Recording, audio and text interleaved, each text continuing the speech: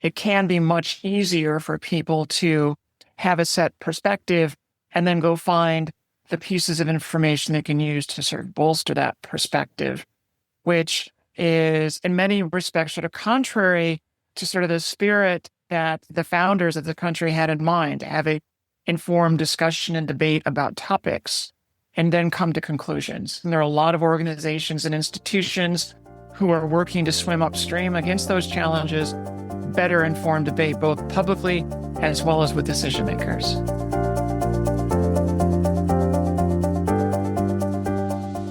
Welcome to Management Matters. I'm James-Christian Blockwood.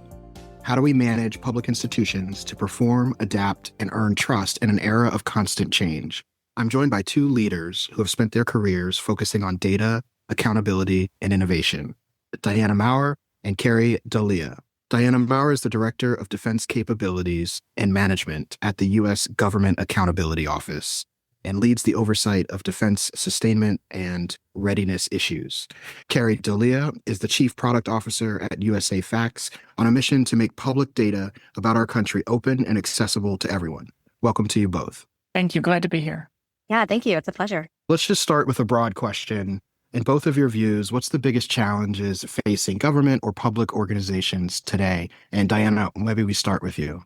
The biggest challenge, I would have to say, is the continued degradation of trust across institutions. It's not even necessarily specific to government, but since we're talking about the government sphere, there has just been a decline in trust, which has frankly made it more difficult to have good, meaningful conversations about a wide variety of topics that are important to the nation as a whole. So it complicates efforts at problem solving. And sort of related to that is that it complicates efforts to even look at the same issue through the same prism of realities. So that one of the outgrowths of the growth of information that is out there and available to decision makers and the general public is that it can be much easier for people to have a set perspective and then go find the pieces of information they can use to sort of bolster that perspective, which is in many respects sort of contrary to sort of the spirit that the founders of the country had in mind, to have a informed discussion and debate about topics and then come to conclusions. So those are two very broad challenges, and there are a lot of organizations and institutions who are working to swim upstream against those challenges, better informed debate, both publicly as well as with decision makers. And Kari, you deal with data and information every day. What do you see as the major challenges? Adding on to everything that Diana just said, we are in a time when the way that people consume information is just materially changing, right? Data and information moves at the speed of an Instagram feed, and increasingly at the speed of whatever you're going to ask the chatbot of your choice, right? And so I think there is the need for institutions and government and data to adapt to what people are doing and changing so that we avoid some of the outcomes that Diana is speaking to, where everyone is in their own little corner of the internet and consuming only the information that is validating of their choice. Like, we acknowledge that people come to an issue with their own opinions and thoughts and emotions, just like you and I do, right? But I think there is work to be done to make sure that there is trustworthy data at the center of that is meeting people where they are, not expecting them to do something that they are not. You mentioned the various ways that data can come towards people, institutions, leaders, and the speed to which that happens. Do you think leaders are underestimating that, or do you think something else might be happening? I think the job is to meet like the expectations that people have. It is very hard to be bringing 2022 and 2023 data to a 2026 problem, right? And so I think there are good questions to ask about making sure that we have the best, most trustworthy information that can be as relevant as possible.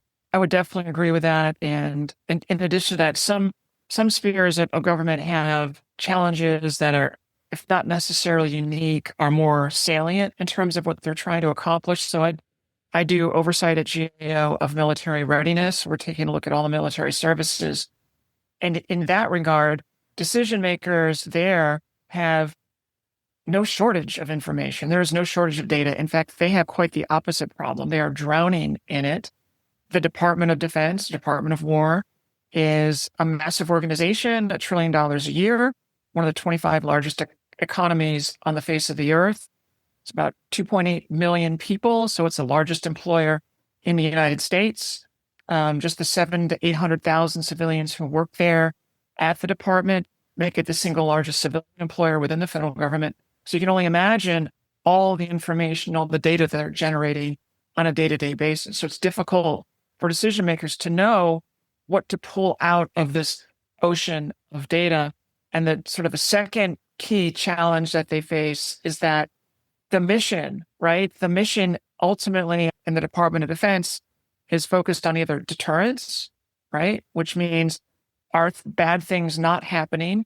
And that is almost by definition resistant to having good, sound analytical data around.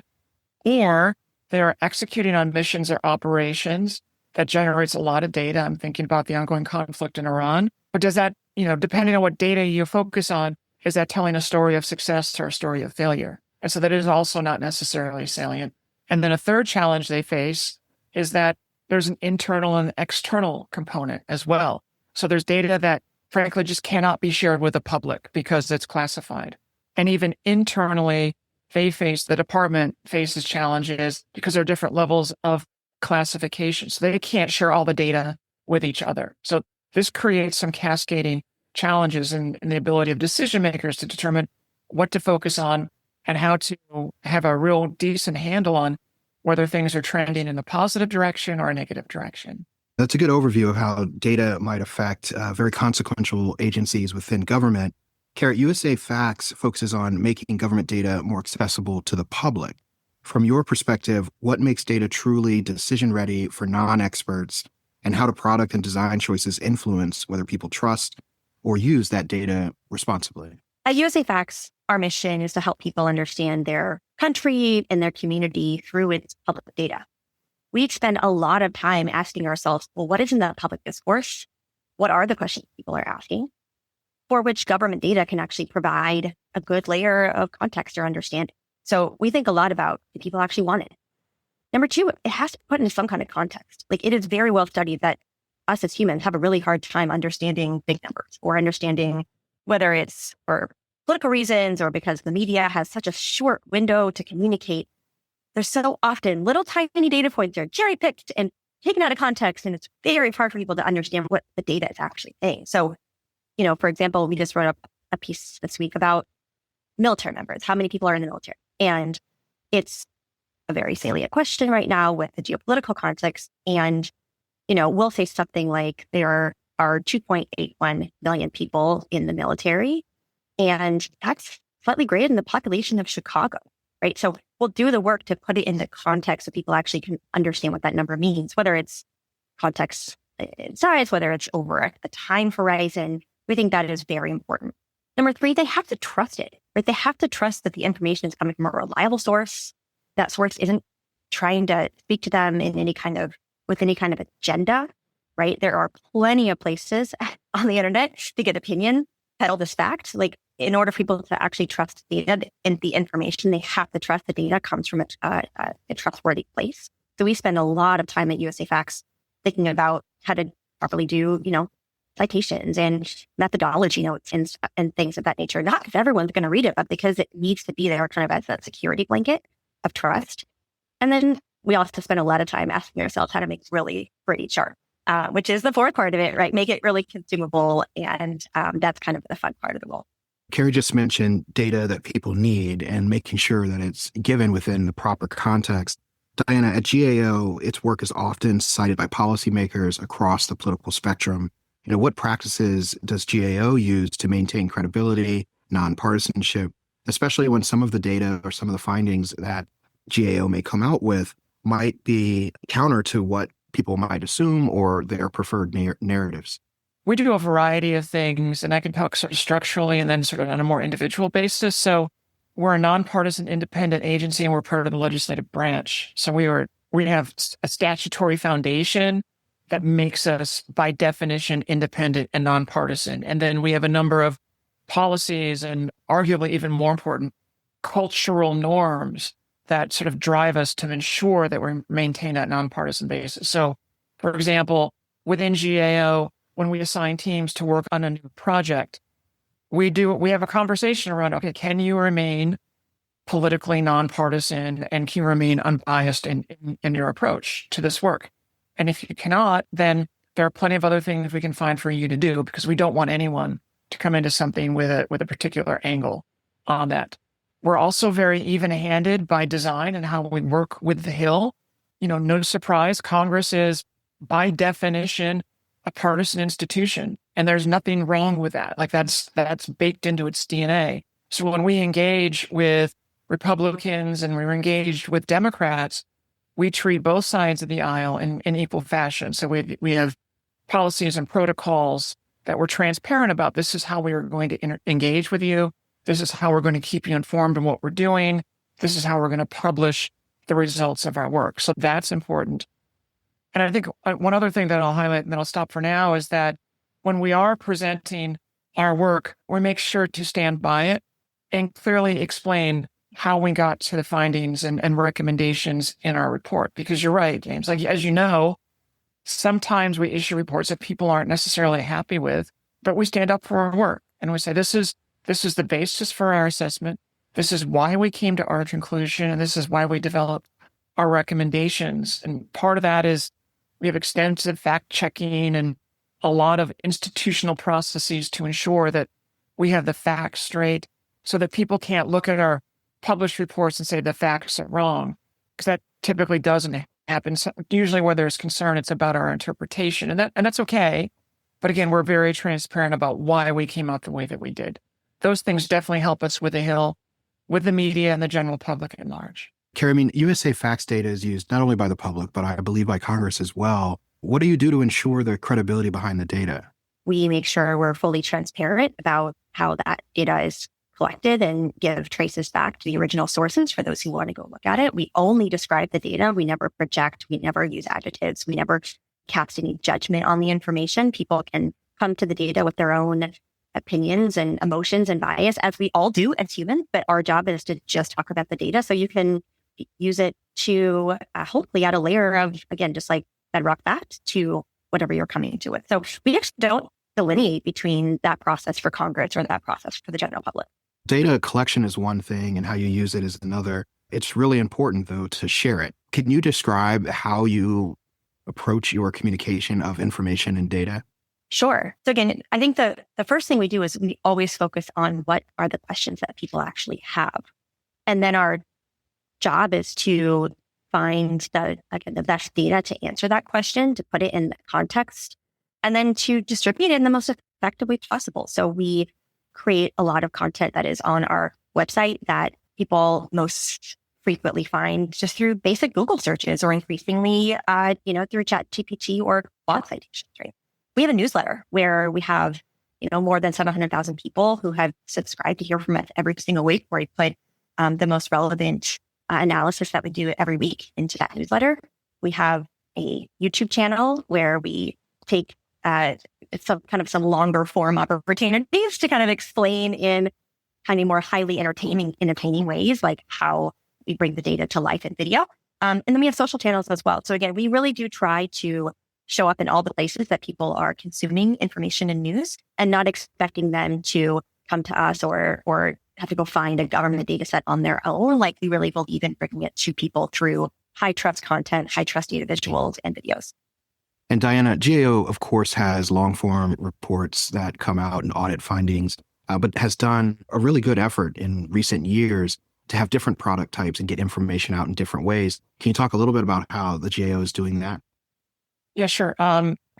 You're right. Our approach to getting information out is very much in the realm of yes and. So for a number of years, this probably goes back, 20 years now, our approach was to have a 50-page PDF and put it up on our website, and that worked just fine. But obviously, if that was our only way of communicating the results of our work today, that would not be a success. So we have had for a number of years now a GAO we still call the blog post. I know that's a little bit dated, but it's a brief way for people to interact with our work, summarize, and usually it's organized around a specific topic. So for example, when the latest Top Gun movie came out a couple of years ago, we had a blog post about readiness rates for fighter aircraft in the U.S. military. So it was a way to connect to something that was going on in the broader social world and link it back to GAO's work. So that's been successful.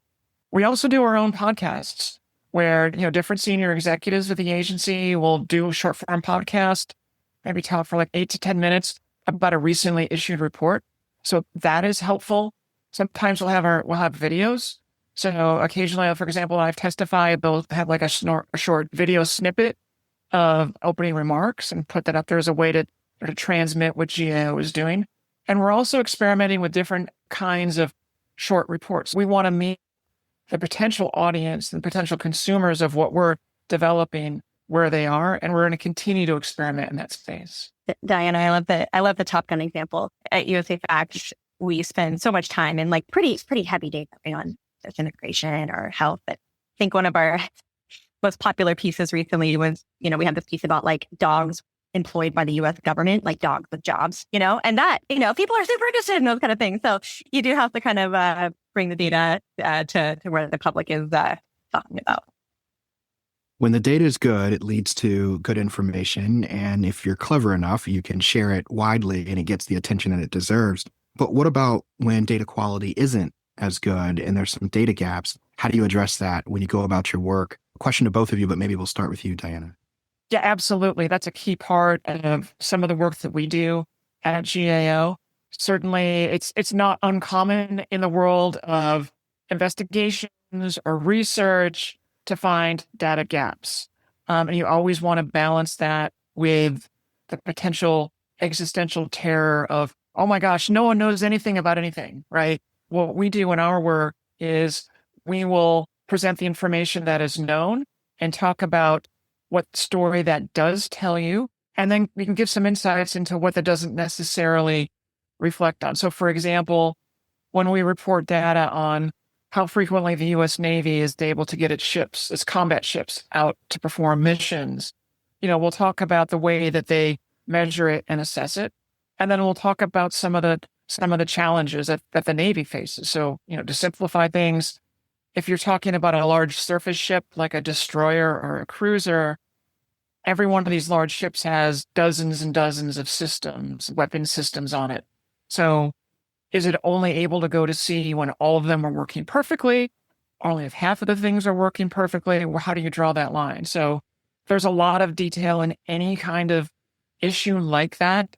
So we want to present information that allows people to have data on things like steaming hours, how frequently is out to sea, and then explain that doesn't necessarily mean that everything on the ship is working perfectly. Yeah, I think, to Diana's point, like in most cases in life, you are working with imperfect information, right? And working with government data is no different than that, right? So I think the work that we do often is ask ourselves, like, what are the questions that people have for which there is robust data? And if there isn't, let's be honest with the public that there isn't. That's an opportunity to engage the public to say, should there be? Actually, yeah, there are some gaps here. And we've done a lot of that recently. We actually just spun up a new content strategy that we're calling Ask the Analyst, where, yes, we'll release and the typical analysis that we do on whether it's tariffs or some kind of an immigration topic. But then we kind of do it behind the scenes with what the analysts had to do to work with the data and where were there gaps and where were they also excited that the data was actually really robust, right? We think giving the public kind of a peek behind the curtain is a good way to show that just like any data, government data is both fantastic and imperfect. And let's speak to both of those truths. Kari, I love that example that you just provided. It made me think of a report that I worked on, almost a decade ago when I was doing oversight of law enforcement and justice issues at GAO. And to your point, it ended up being a report that was about, this is why we can't answer the question. So someone from Congress wanted to know, what is the cost of crime? What does crime cost the U.S. on an annual basis? That's a massive question. And we didn't have an answer to it. But what we did do is we wrote a report about the different ways different organizations and academics went about trying to get their arms around that. And it turned out to be a very popular report. And it's, I was talking to myself on Google not too long ago, and it's one of the ones that I've issued over the years that's been most cited because it sort of lays out the different ways that you could approach a problem like that. And it's okay, from our perspective, it was okay that we didn't have an answer. We didn't have a specific dollar figure, but we still were able to help inform debate and discussion. Yeah, I mean, I think it's pretty refreshing now to have some honesty about what is and isn't possible versus filling the gaps with your own projections or, I mean, again, there's lots of places on the internet to go get that. And so I think living in that integrity is like a really good model to follow.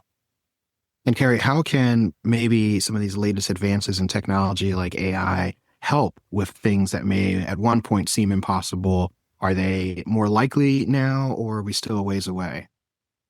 Look, with AI, I think we have incredible optimism in certain areas. We spend historically weeks and weeks and months cleaning and standardizing and trying to wrangle data into the right format. AI is making that much, much easier. And at the same time, government is turning to us and others in our space and saying, hey, how do we improve the way we publish and release data to make it AI ready? That is a good and productive conversation, and we are really excited to be part of it.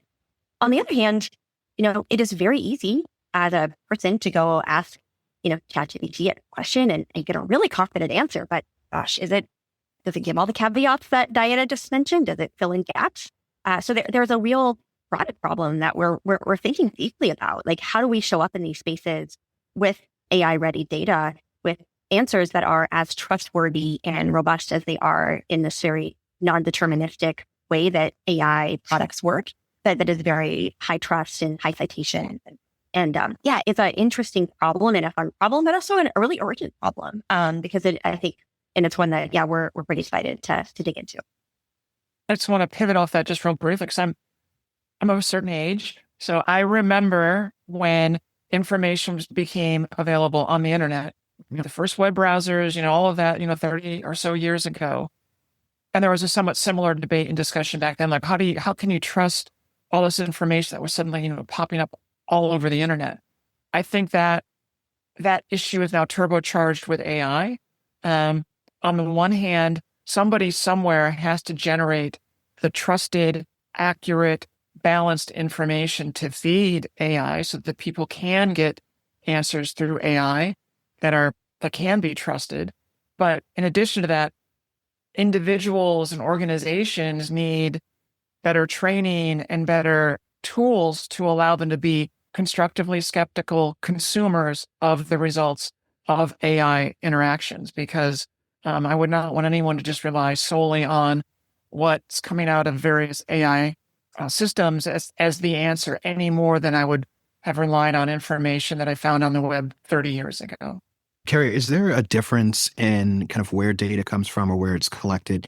For instance, is federal data different from private sector, or is state and local data different from any other level of government or any other entity where it may be collected or used? It's all different everywhere because there's no standardization anywhere. The optimist to me with AI and working with, these data sets, like, we know that the public really wants data that is hyper local to them. And historically, that's been really hard for a small organization like USAFacts to solve, because we only have a people on our staff. And how do we analyze the funding model for every single of the 3,600 school districts, K-12 school districts in the country? Well, that would be impossible. But now what we can do is we can, create a thoughtful analysis and we can actually have AI iterate on that and scale it to all 3,600 school districts. Because if you're a public school parent in this country and you're trying to understand what the funding picture is for education when it's under so much change right now, you don't care about the national trends. You care what's going on in your neighborhood school. And so I think what we're excited about is the ability with AI to be able to bring federal data down to local, and also to help understand the kind of the interplay between federal, state, and local revenue sources. I've been spending a lot of time lately thinking about things. Public budget doesn't sound that interesting, but actually it's where a lot of people have questions about how their tax dollars are spent and how money is being spent at the hyper local level. And I would say without AI, it's been inconceivable that we would take on a task like that. And now we're pretty excited about it. I think that's really interesting, Kari. And I know that,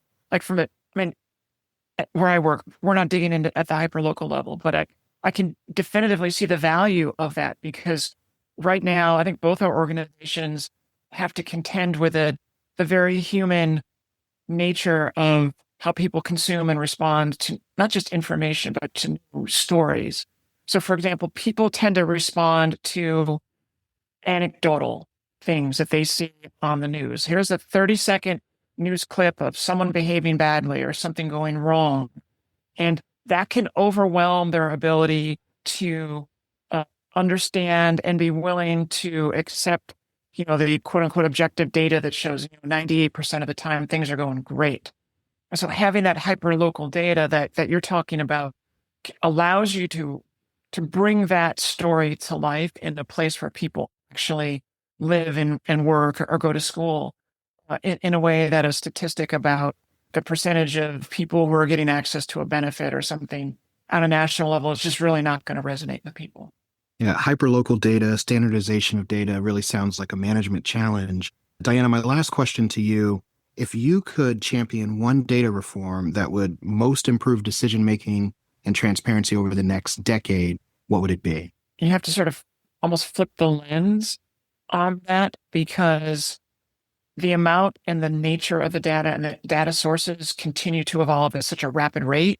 I think it may be, if there was one thing I would focus on, is trying to help people learn how to be informed and reasonably skeptical consumers of all the information that they are constantly being bombarded with, to allow them to understand a little bit better what goes into statistics and numbers and assumptions. Not that everyone needs to get a PhD, in fact, God forbid, but enough so that, we're teaching kids in schools all the way up through college. This is how you seek information. This is how you go about it with a critical eye. And that will enable them to be better consumers of information. And ultimately, go back, to the founding of this country, that will enable our democratic processes to arguably work better, because people will be better informed about the constant fire hose of data and information they're getting every day. USAFacts uses data to inform people across the entire country, if not the world. My last question to you, if you could have access to or improve upon or even create any data set that might help you change the world, what might that be? Oh gosh, great question. One data set to change the world. I don't know if there is one data set to change the world. The reality is everyone is interested in whatever fires them up or gets them excited or makes them nervous. Or I don't think there is one answer. I think the way to change the world through data is to understand what are the things that people want to change or celebrate about where they live, and give them the information to help them go change or celebrate it, which means it needs to be thinking about the future. It has to be AI ready. That is the way people are going to work with information. And it has to be super relevant to them. I wish there was a single data set. Gosh, that would be amazing. As today's discussion makes clear, effective government doesn't hinge on a single reform or technology or a single data set, as you rightly pointed out. It depends on how we lead people, use evidence, and align daily decisions with public purpose. Thank you to Diana Maurer and Kari D'Elia for joining us. Thank you. It was a pleasure. Thank you so much.